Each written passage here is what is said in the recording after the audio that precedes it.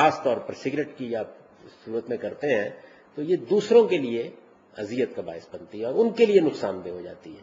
تو اس وجہ سے میرے نزدیک اس سے اب اجتناب کرنا دینی لحاظ سے بھی ضروری ہے. ام حسب الذين اجترحوا السيئات ان نجعلهم كالذين آمنوا وعملوا الصالحات سواء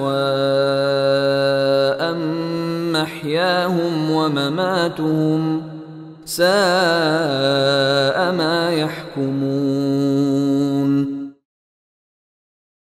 تمباکو کے بارے میں یہ بات تو طے ہے کہ یہ مسکن ہے، یعنی ایک طرح کی تسکین دیتا ہے، جیسے کیفین ایک طرح کی تسکین دیتی ہے، چائے میں بھی ہوتی ہے. تو یہ نہیں ہے کہ یہ عقل کو معطل کر دیتا ہے. تو اس وجہ سے مجھے ان لوگوں سے اتفاق نہیں ہے کہ جو اس کو نشہ آور ہونے کی وجہ سے ممنوع قرار دیتے ہیں. نشہ نہیں کہا جا سکتا، یہ تو کہہ سکتے ہیں لت پڑ جاتی ہے، عادت ہو جاتی ہے، آدمی ایک تسکین اس سے حاصل کرتا ہے، لیکن عقل معطل نہیں ہوتی. البتہ اب چونکہ یہ بات بالکل واضح ہو گئی ہے کہ تمباکو کا استعمال جب آپ خاص طور پر سگریٹ کی آپ صورت میں کرتے ہیں تو یہ دوسروں کے لیے اذیت کا باعث بنتی ہے اور ان کے لیے نقصان دہ ہو جاتی ہے.